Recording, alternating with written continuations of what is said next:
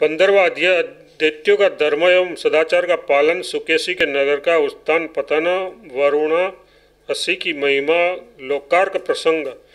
पुलस्त जी बोले, देवर्षि, उसके बाद अपने उत्तम नगर में जाकर सुकेशी ने सभी राक्षसों को बुलाकर उसके धर्म की बात बताई। सुकेशी ने कहा, अहिंसा, सत्य, चोरी का सर्वथा त्याग, पवित्रता, इंद्रिय संयम, दान, दया, क्षमा, ब्रह्मचर्य, अहंकार का न करना, प्रिय, सत्य और मधुरवाणी बोलना, सदा सत्कार्यों में अनुराग रखना एवं सदाचार का पालन करना, ये सब धर्म परलोक में सुख देने वाले हैं। मुनियों ने इस प्रकार के आदि काल के पुरातन धर्म को मुझे बताया है। मैं तुम लोगों को आज्ञा देता हूँ कि तुम लोग बिना किसी हिचक के इस सभी धर्मों का आचरण करो। पुलस्त जी ने कहा, उसके बाद सुकेशी के वचन से सभी राक्षस प्रसन्नचित होकर अहिंसा आदि 13 अंग वाले धर्म का आचरण करने लगे। इससे राक्षसों की सभी प्रकार की अच्छी उन्नति हुई। वे पुत्र, पौत्र तथा अर्थ, धर्म, सदाचार आदि से संपन्न हो गए। उन महान राक्षसों के तेज के सामने सूर्य, नक्षत्र और चंद्रमा की गति और क्रांति क्षीण सी दिखने लगी। ब्राह्मण, उसके बाद निशाचरों की नगरी तीनों लोकों में दिन में चंद्रमा के समान और रात में सूर्य के समान चमकने लगी। फलतः अब आकाश में सूर्य की गति चलने का पता नहीं लगता था। लोग उस श्रेष्ठ नगर के तेज के कारण आकाश में चंद्रमा समझने लग गए। ब्राह्मण, सरोवर के कमल दिनों को रात्रि समझकर विकसित नहीं होते थे, पर वे रात्रि में सुकेशी के पुर को सूर्य समझकर विभूति प्रदान करने की इच्छा से विकसित होने लगे। इसी प्रकार उल्लू भी उसको रात समझकर बाहर निकल आए और कौन दिन में आए जानकर उस उल्लू को मारने लगे। स्नान करने वाले लोग भी रात्रि को दिन समझकर गले तक खुले बदन होकर स्नान करने लगे एवं जप करते हुए जल में खड़े रहे। उस समय सुकेशी के नगर के सूर्यवत दर्शन होने के चकई रात्रि को ही दिन मानकर परस्पर अलग नहीं होते थे। वे उच्च स्वर से कहते हैं, निश्चय ही किसी पत्नी से विहीन चक्रवाक पक्षी ने एकांत में नदी तट पर फुलकार करके जीवन त्याग दिया है। इसी से चंद्रायन सूर्य अपनी तेज किरणों से जगत को तपाते हुए किसी प्रकार अस्तनी हो रहे हैं। दूसरे कहते हैं, निश्चय ही कोई चक्रवाक मर गया है और पति के शोक में उसकी दुखिनी कांता ने भारी तप किया है, इसलिए निश्चय ही उसकी तपस्या से प्रसन्न हुए एवं चंद्रमा को जीत लेने वाले भगवान सूर्य अस्तनी हो रहे हैं। महामुनि, उन दोनों यज्ञशालाओं में ऋत्विजों के साथ यजमान लोग रात्रि में भी यज्ञ कर्म करने में लगे रहते थे। विष्णु के भक्त लोग भक्ति पूर्वक सदा विष्णु की पूजा करते रहते एवं दूसरे लोग सूर्य, चंद्र, ब्रह्मा और शिव की आराधना में लगे रहते थे। कामी लोग ये मानने लगे कि चंद्रमा ने रात्रि को निरंतर के लिए अपनी ज्योत्सनामयी बना दिया, अच्छा हुआ। दूसरे लोग कहने लगे कि हम लोगों ने श्रावण आदि 4 महीनों में शुद्ध भाव से अति सुंदर पवित्र पुष्पों द्वारा महालक्ष्मी के साथ सुदर्शन चक्र को धारण करने वाले भगवान विष्णु की पूजा की है। इसी अवधि में सर्व कामदा अशून्य शयना द्वितीया तिथि होती है। उसी से प्रसन्न होकर भगवान ने अशून्य तथा महाभोगों से परिपूर्ण उत्तम शयन प्रदान किया है। दूसरे कहते हैं, देवी रोहिणी ने चंद्रमा का क्षय देखकर निश्चय ही रुद्र की आराधना करने की अभिलाषा से परम पवित्र अक्षय अष्टमी तिथि में वेदोक्त विधि से कठिन तपस्या की है, जिससे संतुष्ट होकर भगवान शंकर ने उसे अपनी इच्छा से वर दिया है। दूसरे लोग कहते, चंद्रमा ने निश्चय ही अखंड व्रत का आचरण करके भगवान हरि को आराधन किया है, उससे आकाश में चंद्रमा अखंड रूप से प्रकाशित हो रहा है।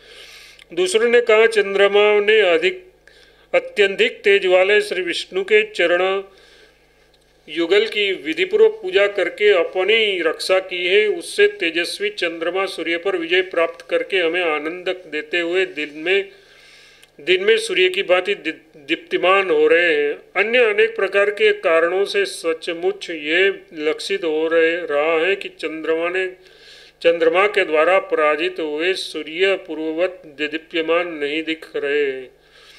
इधर ये सुंदर कमल खिलते हैं और उन पर भंवरे गुंजार करते हैं। भ्रमर समूह से आवृत ये सुंदर कमल विकसित दिखलाई पड़ रहे हैं, अतः निश्चय ही सूर्योदय हुआ है। और इधर ये कुमुद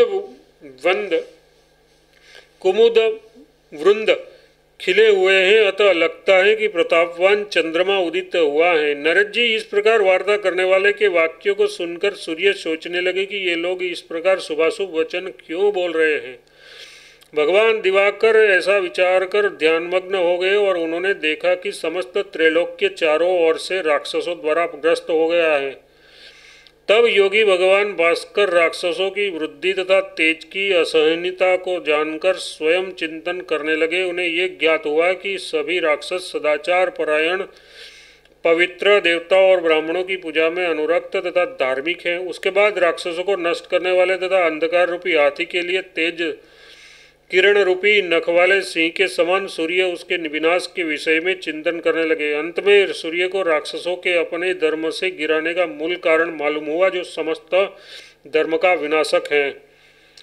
तब क्रोध से अभिभूत सूर्य ने शत्रुओं के भेदन करने वाली अपनी किरणों द्वारा भलीभांति उस राक्षस को देखा। उस समय सूर्य द्वारा क्रोध भरी दृष्टि से देखे जाने के कारण वह नगर नष्ट हुए पुण्य वाले ग्रह के समान आकाश से नीचे गिर पड़ा।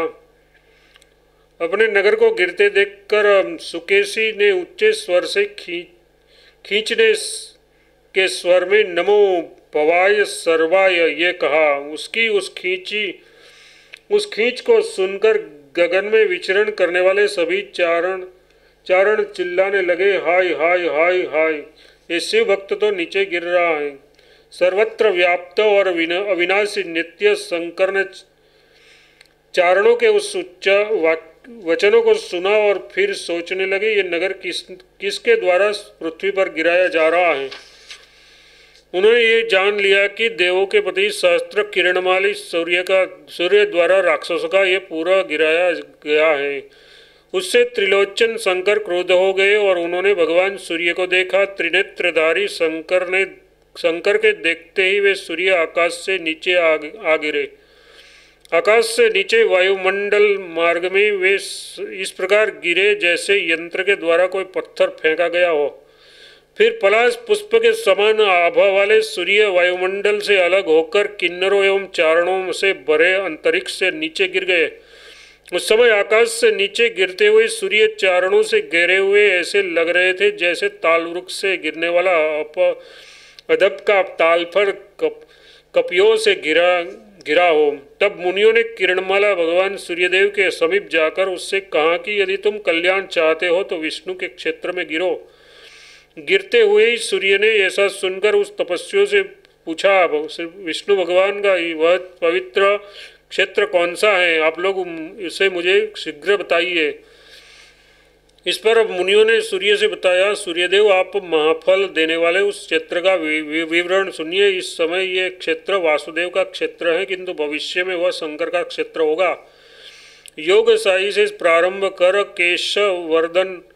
केशव दर्शन तक का क्षेत्र हरि का पवित्र क्षेत्र है। उसका नाम वाराणसीपुरी है। उसे सुनकर शिवजी की नेत्राग्नि से संतप्त होते हुए भगवान सूर्य वरुणा और असी इन दोनों नदियों के बीच में गिरे। उसके बाद शरीर के जलते रहने से व्याकुल हुए सूर्य असी नदी में स्नान करने के बाद वरुणा नदी में इच्छानुकूल स्नान किए। इस प्रकार शंकर के तीसरे नेत्र की अग्नि से दग्ध होकर वे बारंबार असी और वरुणा नदियों की ओर अलात चक्र मतलब लुकाटी के मंडल के समान चक्कर काटने लगे। मुनि इस बीच ऋषि, यक्ष, राक्षस, नाग, विद्याधर, पक्षी, अप्सराएं और भास्कर के रथ में जितने भूत प्रेत आदि थे वे सभी इससे ज्ञापित करने के लिए ब्रह्मलोक में गए।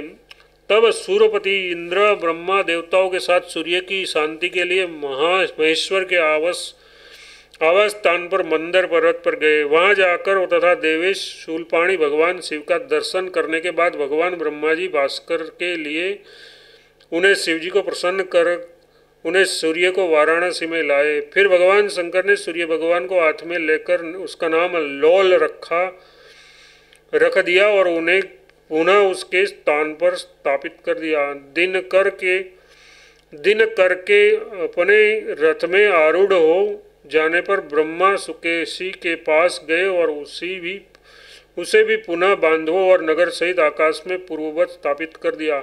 सुकेशी को पुनः आकाश में स्थापित करने के बाद ब्रह्मा जी शंकर जी का आलिंगन एवं केशव देव को प्रणाम कर अपने वैराज नामक लोक में चले गए। नारद जी, प्राचीन समय में इस प्रकार सूर्य ने सुकेशी के नगर को पृथ्वी पर गिराया एवं महादेव ने भगवान सूर्य को अपने तृतीय नेत्र की अग्नि से दग्ध कर केवल भूतल पर गिरा ही दिया था।